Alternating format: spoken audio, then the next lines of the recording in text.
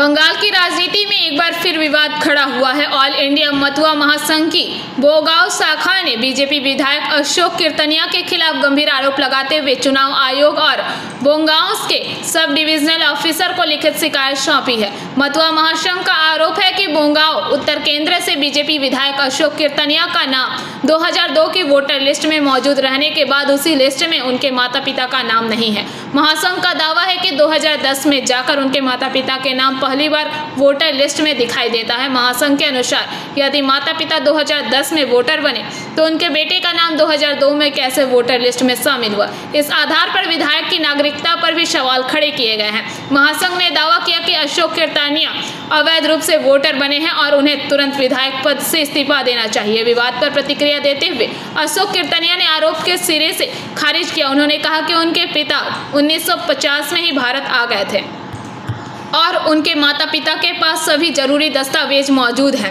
विधायक का कहना है कि उनके माता पिता का नाम 1993 में ही वोटर लिस्ट में शामिल हो गया था। उन्होंने इस पूरे मुद्दे को लेकर तृणमूल कांग्रेस की राजनीतिक साजिश बताया और कहा कि यह सब उन्हें परेशान करने के लिए किया जा रहा है। तृणमूल कांग्रेस के बोगांव जिला अध्यक्ष विश्वजीत दास ने कहा, अगर 2002 में अशोक कीर्तनिया का नाम था लेकिन उनके माता पिता का नहीं था तो इसका जवाब बीजेपी को देना होगा। ये अजीब बात है कि बेटा पहले वोटर बनता है और माता पिता बाद में।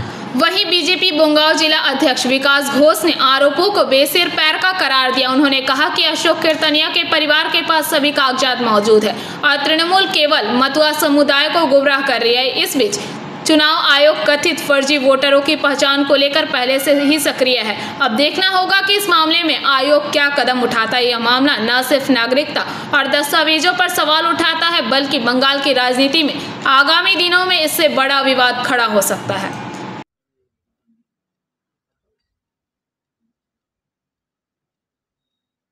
মহকুমা মতুয়া মহাসংঘের পক্ষ থেকে আজকে এসডিওতে একটি ডেপুটেশন দেওয়া হয়েছে। সেখানে 2002 সালের ভোটার লিস্টে আপনার বাবার নাম নেই, মায়ের নাম নেই, পরিবারের কারো নাম নেই।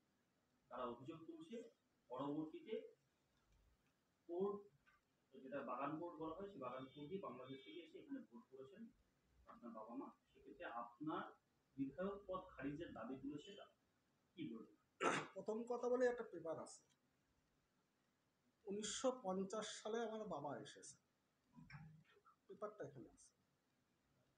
1950 সালে বাবা এসেছে, তার প্রমাণ আছে পর্যন্ততে। তারা ভেরিফিকেশন করবে। আমার পরিবার যে বাগান কোর্ট দিয়ে আসে তার প্রমাণ আছে, সর্বোচ্চ বড় করে লেখা। দ্বিতীয় কথা, 2002 সালে ভোটার লিস্টের নাম নেই। 1993 সালে আমাদের পরিবারে ভোটার লিস্টের নাম এসেছে, আছে। কার নাম আছে? এটা এখানে লেখা আছে, দেখে নিন। কত ছবি তুলে নিয়েছে, ভোটার লিস্টের নাম তোলা আছে।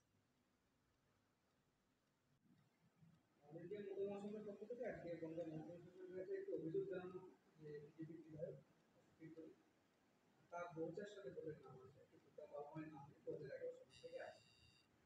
তারা অভিযোগ করছে যে বাংলাদেশকে অবৈধভাবে এসেছিলেন বা কি বলবেন? দেখুন, অশোকদা আমাদের যে বিধায়ক অশোক কীর্তনিয়া মহাশয়, ওনার বাবা 60 সাল থেকে 65 সালের সময় বাংলাদেশ থেকে আসে এবং তার বাবা মার ভোট হয়েছিল 93 সালে। 93 সালে ভোট হয়েছিল। আমাদের যেটুকু জানা আছে, আমি অশোকদার সাথে যেটা কথা হয়েছে, কিন্তু যেটা টিএমসি মতুয়ার থেকে বলছে, টিএমসি আবার কবে মতুয়া হলো? টিএমসি আবার রামের নাম, মানে ভূতের মুখে রাম রাম। যে মতুয়া আমাদের হরিচাঁদ গুরুচাঁদের সম্বন্ধে আজে বাজে কথা বলে, যাদের মুখ্যমন্ত্রী, তাদের মুখে আবার মতুয়া। টিএমসি আবার কবে মতুয়া হলো এটা আমার জানা নেই। যাই হোক, আমাদের যে অশোক, এই ভোটার লিস্টে 2011 সালে নাম উঠেছে বাবা মায়ের। তার আগে ভোটার লিস্টে নাম আছে 2002 সালে বর্তমান বিধায়ক অশোক কীর্তনিয়া।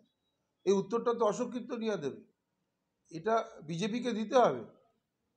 যে বাবা মা পরে ভোটার হয়, ছেলে আগে ভোটার হয়, এই উত্তরটা প্রধানমন্ত্রী দিতে হবে, অমিত শাহ দিতে হবে।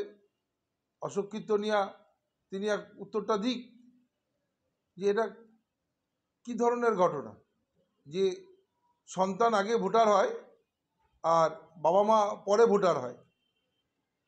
এই চক্রান্ত, এই যে বিজেপি বাংলার উপরে যে চক্রান্ত করছে, এনআরসির নাম করে নিয়ে যে মানুষকে ভয়ভীতি প্রদর্শন করার একটা বড় চক্রান্ত। Bureau report, PBTV news.